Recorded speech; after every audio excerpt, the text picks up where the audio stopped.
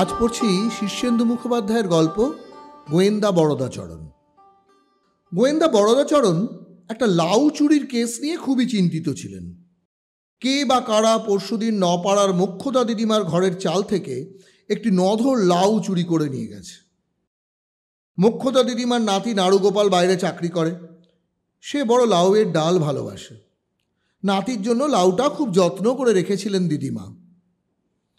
আজকালের মধ্যেই নাড়ুগোপালের আসার কথা, কিন্তু এর মধ্যেই পরশুদিন লাউটা চুরি গেছে।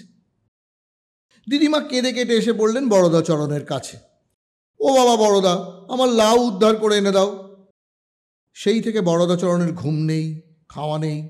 সঙ্গে অ্যাসিস্ট্যান্ট আর কুকুর নিয়ে সারাদিন আতস কাজ হাতে করে মোক্ষদা দিদিমার সারা বাড়ি, ঘরের চাল, পাড়া প্রতিবেশীদের আনাচে কানাচে তন্ন তন্ন করে ক্লু খুঁজছেন।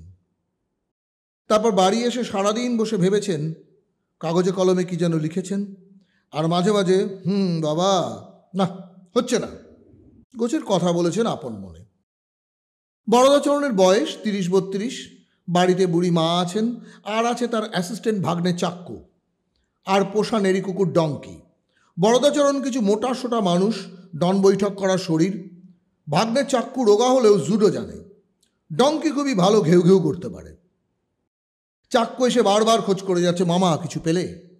বড়দা খুবই অন্যমনস্কভাবে বলেন, বোঁটা দেখে তো মনে হয় লাউটা বেশ বড়সড়ই ছিল। তা ছিল। লাউটা বোঁটা কেটে নেওয়া হয়নি, মুচড়ে ছিঁড়ে নেওয়া হয়েছে। ঠিক ধরেছ। টিনের চালের ওপর একটা বড় লাউকে মুচড়ে বোঁটা ছিঁড়ে নেওয়া হলো, অথচ কোনো শব্দ হলো না। মোক্ষদা দিদিমার ছেঁড়া মশারির মধ্যে প্রচুর মশা ঢুকে পড়েছিল। দিদিমার সে রাত্রে ভালো ঘুম হয়নি। শব্দ হলে তার টের পাওয়ার কথা। চাক্কু চিন্তিতভাবে বলে, সে ঠিক, তবে মোক্ষদা দিদিমা আবার কানে একটু খাটুকি না। সেটাও ভেবেছি। এই সময় বাইরে ডঙ্কি ঘেউ ঘেউ করে উঠল। কেউ একজন চেঁচিয়ে বলল, কুকুর সামলান। চাক্কু ছুটে বেরিয়ে গেল। একটু বাদে একজন বেশ ভালো চেহারার লোক ঘরে ঢুকেই বললেন, বরদাবাবু, একটা মার্ডার কেস। বরদাচরণ গম্ভীরভাবে তাকে বসতে বলে কেস ডায়েরির খাতাটা টেনে নিয়ে কলম বাগিয়ে বললেন, ডিটেলসে বলুন। আমার পোষা কাকাতুয়াটা আজ সকালে তার দাঁড় থেকে মৃত অবস্থায় ঝুলে থাকতে দেখা গেছে। বরদাচরণ ভ্রুকুচকে বললেন, এটা যে অস্বাভাবিক মৃত্যু তা কী করে বুঝলেন? খুবই স্বাভাবিকভাবে, ভদ্রলোক উদ্ভ্রান্ত মুখে বললেন। পাখিটার প্রতি আমার প্রতিবেশী রামচন্দ্রের অনেক দিনের লোভ। সে প্রায়ই বলতো, অম্বুজাক্ষ, তোমার কাকাতুয়াটা বড় চমৎকার হরির নাম করে হে। তখন থেকে ওর মতলব আমার ভালো থাকেনি। আজ সকালে পাখিটাকে ঝুলতে দেখে আমি দাঁড়ে রাখা জল আর পাখির খাবার পরীক্ষা করি। আমার মনে হচ্ছে জলে বা খাবারে বিষ মেশানো হয়েছে। বরদাচরণ ডায়েরি বন্ধ করে উঠলেন, পিস্তলটা ড্রয়ার থেকে বের করে পকেটে ভরলেন, আতস কাজ, দড়ি, ক্যামেরা এবং কী ভেবে টেপ রেকর্ডারটাও সঙ্গে নিলেন। চাক্কু এবং ডঙ্কিকেও তৈরি হতে বললেন। তারপর ভদ্রলোকের দিকে চেয়ে বললেন, অম্বুজাক্ষবাবু, কেসটা অত সরল নাও হতে পারে। রামচন্দ্রবাবুর যেমন মোটিভ থাকতে পারে, আবার কাকাতুয়াটা সুইসাইডও করতে পারে, কিংবা এর পেছনে হয়তো আরও অনেক গভীর চক্রান্ত রয়েছে। বেরোবার সময় বরদাচরণ মাকে ডেকে বললেন, মা আসছি।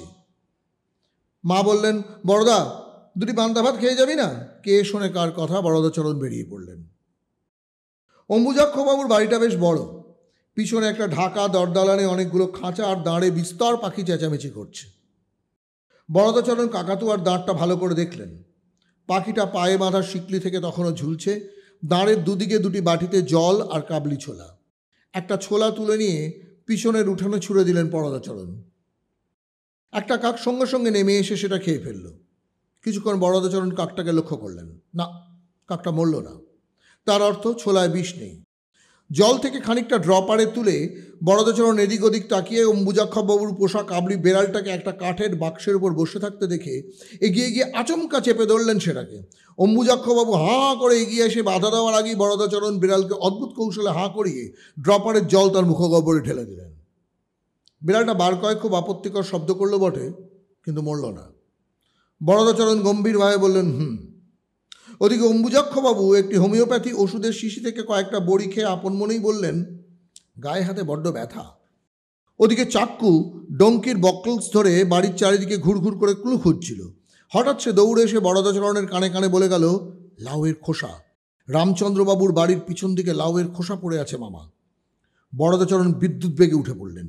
বুড়ো মানুষ রামচন্দ্রবাবু ঘরে বসে রামায়ণ পড়ছিলেন। বরদাচরণকে দেখে যেন একটু চমকে উঠে বললেন, আসুন আসুন বরদাবাবু, বিখ্যাত লোকেদের দেখা পাওয়া এক মস্ত সৌভাগ্য। বরদাচরণবাবু বসলেন। স্থির চোখে কিছুক্ষণ রামচন্দ্রবাবুকে স্টাডি করে দেখলেন তিনি। রামচন্দ্রবাবু রামায়ণ বন্ধ করে বললেন, ভাবছিলাম আজই আপনার কাছে একবার যাব। আমার উঠোনের নারকোল গাছ থেকে কাল রাতে 6টা নারকোল কে বা কারা চুরি করে নিয়ে গেছে। খুবই রহস্যময় ব্যাপার, বাইরে থেকে কারো পক্ষে উঠোনে আসা খুবই শক্ত। তবে বলে রামচন্দ্রবাবু খুব ইঙ্গিতপূর্ণভাবে চুপ করে গেলেন। বরদাচরণ ডায়েরিতে কেসটা লিখে নিতে নিতে বললেন, কিছু গোপন করবেন না রামচন্দ্রবাবু? রামচন্দ্রবাবু লাজুক হাসি এসে বললেন, না, গোপন করে লাভ নেই। আপনার চোখকে কি ফাঁকি দেওয়া সম্ভব? বলেই ফেলি। বলে গলাটা নিচু করে বললেন, পাশের বাড়ির অম্বুজটা মহা নারকোল খোর, দুবেলা নারকোল খায়, বড়া করে খাচ্ছে, নাড়ু বানিয়ে খাচ্ছে, মুড়ি দিয়ে খাচ্ছে। অমন নারকোল খেতে আমি কাউকে দেখিনি মশাই। প্রায় সময়ই আমাকে বলে, রামচন্দ্রবাবু আপনার কাছে বিস্তর নারকোল হয়েছে দেখছি। আমার সন্দেহ কাল রাত্রে। বরদাচরণ খুবই গম্ভীর হয়ে গেলেন। একটু আগেই তিনি অম্বুজাক্ষবাবুকে গায়ের ব্যথার জন্য হোমিওপ্যাথিক ওষুধ খেতে দেখেছেন। গায়ের ব্যথা তো হবেই, এই বয়সে যদি অত উঁচু নারকোল গাছে কেউ ওঠে তবে ব্যথা হওয়াই তো স্বাভাবিক। কিন্তু খুঁজে পেতে অম্বুজাক্ষবাবুর বাড়িতে নারকোল বা নারকোলের ছোবড়া পাওয়া গেল না, এটাও রহস্যজনক। কারণ নারকোল খাওয়া যার নেশা, তার বাড়িতে নারকোলের চিহ্ন খুঁজে না পাওয়াটা খুবই অস্বাভাবিক। কিন্তু রামচন্দ্রবাবুর বাড়ির পিছনে চাক্কুর কথা মতো লাউয়ের খোসা ঠিকই পাওয়া গেল, পরিষ্কার ক্লু। কিন্তু বরদাচরণ চট করে কিচ্ছু করেন না, অপরাধীকে সময় দেন। তাকে যে সন্দেহ করা হচ্ছে তা টেরও পেতে দেন না। মুখ্যদা দিদিমাকে লাউয়ের ব্যাপারে আরও কয়েকটা প্রশ্ন করবেন বলে বরদাচরণ ভর দুপুরে দিদিমার বাড়ি এলেন। প্রশ্ন করলো এরকম, লাউয়ের রঙটা কীরকম ছিল? গাঢ় সবুজ না হলদেটে? লাউয়ের গায়ে এক জায়গায় একটা পোকার গর্ত ছিল কিনা? বোটার কাছে এক জায়গায় একটা নখ বসানোর দাগও পাওয়া যাচ্ছে। রামচন্দ্রবাবুর বাড়ির পিছনের আস্তাকুট থেকে সবকটা লাউয়ের খোসা কুড়িয়ে এনে বরদাচরণ তার মধ্যে এইসব অকাট্য চিহ্ন দেখতে পেয়েছেন। যখন মুখ্যদা দিদিমাকে জেরা করছিলেন বরদাচরণ, তখনই হঠাৎ চাক্কু এসে চুপি চুপি কানে কানে খবর দিয়ে গেল, মামা, মুখ্যদা দিদিমার ভাড়ার ঘরে 1 বস্তা নারকোলের ছোবড়া আর 6টা খোসা ছাড়ানো নারকোল। মাথাটা ঘুরে গেল বরদাচরণের। কেসগুলো খুবই জড়িয়ে যাচ্ছে। আশ্চর্য, অসম্ভব জটিল হয়ে উঠছে। মুখ্যদা দিদিমার বাড়িতে নারকোল গাছ নেই, তবে ছোবড়া বা নারকোল আসে কোথা থেকে? ওদিকে রামচন্দ্রবাবুর বাড়ির চুরি যাওয়া নারকোল অম্বুজাক্ষবাবুর বাড়িতেও পাওয়া যায়নি। নারকোলের সংখ্যাটাও আশ্চর্যজনকভাবে মিলে যাচ্ছে। ভাবতে ভাবতে বরদাচরণ উঠে পড়েন। পকেট থেকে পিস্তলটা বের করে দেখে নেন 6টা চেম্বারেই গুলি ভর্তি আছে কিনা। আছে। রাস্তায় পা দিতে একটা গাড়ি সামনে ঘ্যাঁস করে থামল। গাড়ির ভিতর এক সম্ভ্রান্ত ভদ্রলোক। তিনি হাত জোর করে বললেন, আসুন, বিখ্যাত গোয়েন্দাকে বাড়ি পৌঁছে দিয়ে ধন্য হই। বরদাচরণ উঠলেন। চাক্কু আর ডঙ্কিও উঠল সামনের সিটে। অচেনা ভদ্রলোক গলা নিচু করে বরদাচরণকে বললেন, একটা খুবই রহস্যময় কাণ্ড ঘটে গেছে। কাল আমার একটা বুড়ো কাকাতুয়া মারা গেছে। খুবই প্রিয় পাখি ছিল আমার। ঠিক করেছিলাম পাখিটার মৃতদেহ একটা ভালো জায়গায় কবর দিয়ে ওপরে একটা চমৎকার সমাধি তৈরি করে দেবো। কিন্তু বিপদ হলো, কাকাতুয়াটার মরদেহ একটা নাইলনের ব্যাগে ভরে বাইরের বারান্দায় রেখে গতকাল আমি ড্রাইভারকে গাড়ি বের করবার কথা বলতে গিয়ে ফিরে এসে দেখি ব্যাগটা নেই। কি সাংঘাতিক কাণ্ড বলুন। কেসটা যদি আপনি নেন। বরদাচরণ সবই টুকে নেন ডায়েরিতে। গম্ভীরভাবে বলেন, কাকাতুয়ার কেস দুটো হলো তাহলে। আশ্চর্য বলে দুশ্চিন্তিত বরদাচরণ বাড়ির সামনে নেমে গেলেন। দুপুরে খুবই অন্যমনস্কভাবে খেতে বসেছেন বরদাচরণ। কি খাচ্ছেন তা বুঝতেই পারছেন না। লাউ, কাকাতুয়া, নারকোল সব জট পাকিয়ে আছে মাথায়।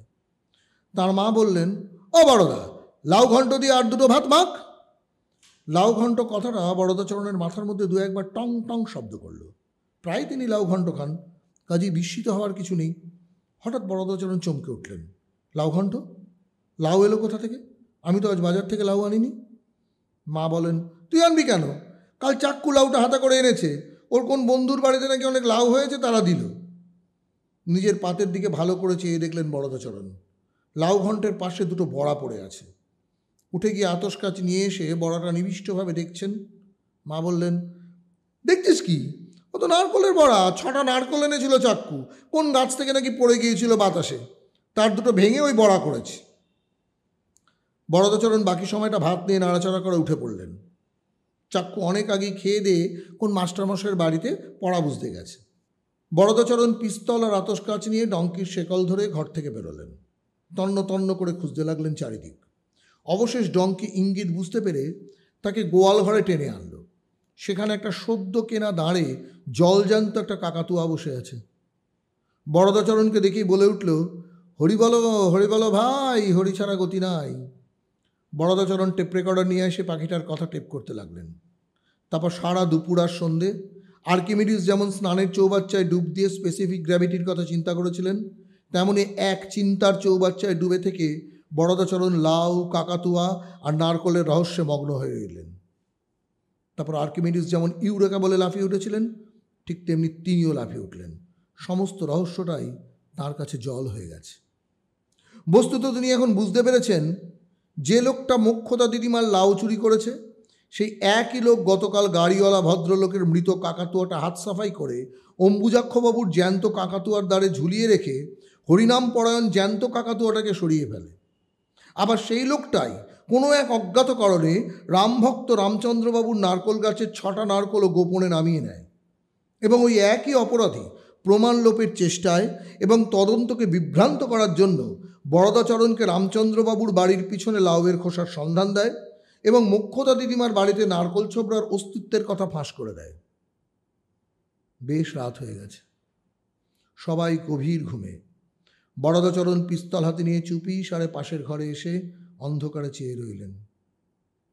আবছা দেখা যাচ্ছে, দিদিমার বুক ঘেঁষে শুয়ে চাক্কু অঘরে আর নিশ্চিন্তে ঘুমোচ্ছে। একটা দীর্ঘশ্বাস ফেললেন গোয়েন্দা বরদাচরণ। না, এক্ষুনি তিনি কিছু করবেন না। অপরাধীকে তিনি সবসময় আরও সুযোগ দেন, তাতে অপরাধীকে যে সন্দেহ করা হচ্ছে তা সে বুঝতে পারে না এবং এইভাবেই সে একদিন নিজের অপরাধের জালে ধরা পড়ে যায়। পিস্তল নামিয়ে গোয়েন্দা বরদাচরণ ফিরে এলেন নিজের ঘরে। তিনি এখন নিশ্চিতভাবে জেনে গেছেন কে অপরাধী। অপরাধী আর কেউ নয়, অপরাধী হলো